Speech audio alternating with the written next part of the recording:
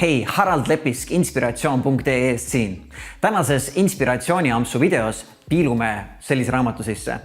Why we sleep, miks me magame?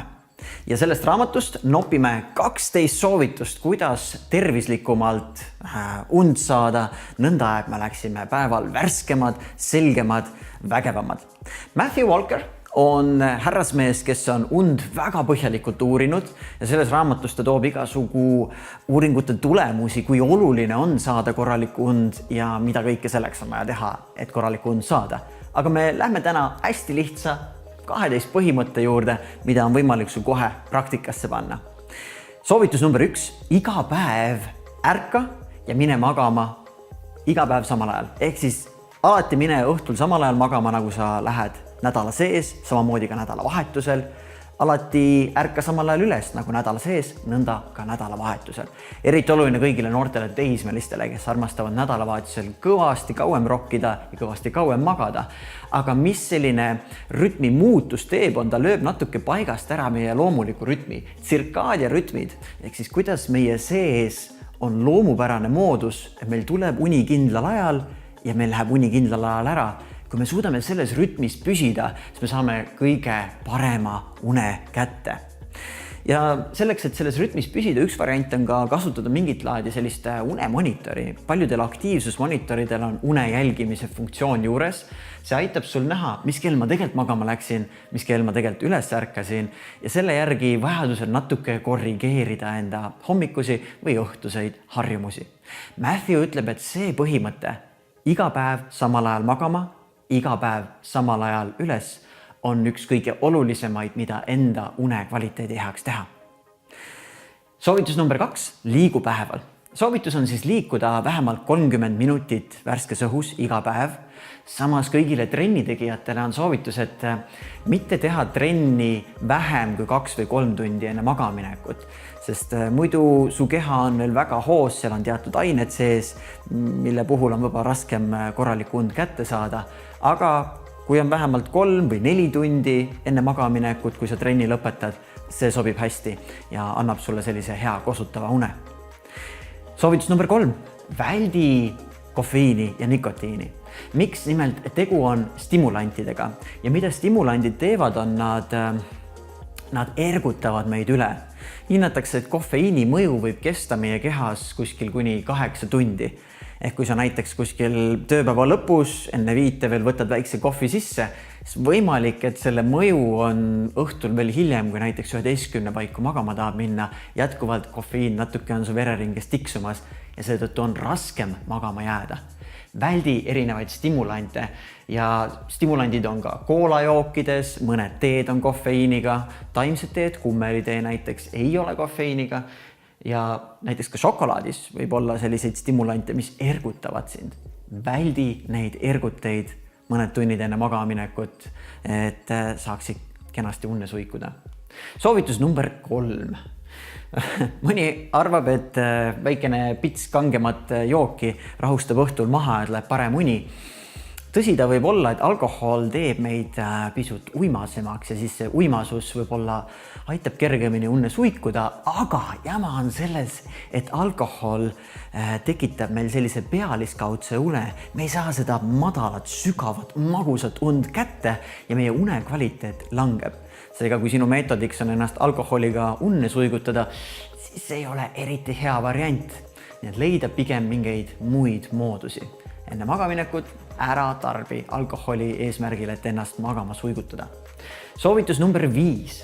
Enne magaminekut väldi suuri sööminguid. See muidugi ei tähenda, et lõunapaiku võid teha oma suure söömingu, aga õhtusöögi puhul või just vahetult mõni tund enne magaminekut on parem pigem piirduda mõne kerge einega.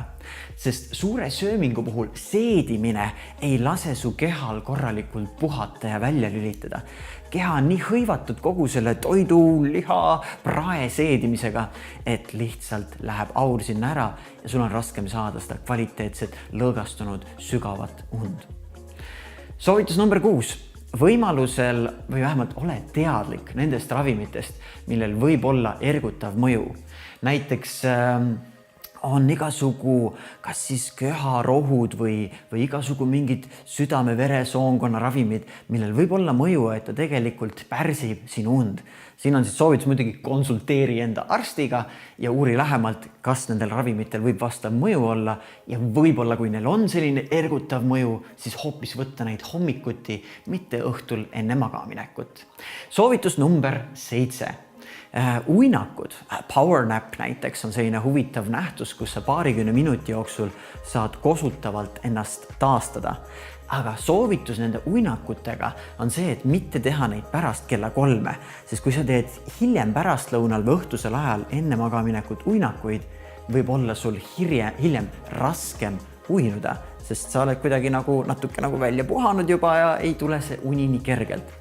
Seega kui teed uinakuid, siis enne kella 3 päeval, ütleb Matthew. Soovitus number 8. Lõdvestumisaeg enne magaminekut. Et jätta tund või poolteist enne seda, kui sa tahad magama jääda, jätta selline hetk, kus sa lülitad ekraanid välja, kus sa telekat, arvutit ei vaata, võib-olla loed lihtsalt raamatut, kuulad rahulikku muusikat, oled sellises natukene leebemas õhkkonnas. See aitab tekitada sellise ülemineku perioodi ja aitab paremini uinuda. Soovitus number 9. Kuum vann aitab lõdvestuda. Kui sul on olnud näiteks väga selline intensiivne päev, pea on pulkasid täis, siis võta õhtul kuuma vanni, kui vanni kodus ei ole, siis näiteks kuuma dušiga ja pärast, kui sa seal kuuma duši alt või vannist välja tuled, siis su kehatemperatuur langeb natukene ja sellest tulenevalt sa tunned ennast natukene rohkem väsinumana ja tänu sellele sa jääd paremini magama. Et lõõgastuseks on hea selline soe, kuum vann või duš. Soovitus number 10. Pime, jahe ja vidinate vaba magamistuba. Ükskõik mis segajad sul magamistoas on, lülita need välja. Näiteks on sul võib-olla mingi äratuskell on, mis kumab tugevalt valgust. Keera see teise nurga alla. Või on sul mingit laadi asjad, mis teevad heli või tulukesed või telefon, millel mingid teavitused vilksavad. Vii need sealt eemale. Kõik segajad välja, et miski ei torgiks sind sellele unne suikumise hetkel. Soovitus number 11. Parajalt valgust. Ehk soovitus on hommikul ärgates panna rohkem tulesid põlema kodus, saada rohkem valgust, eriti Eesti kliimas pimedal ajal.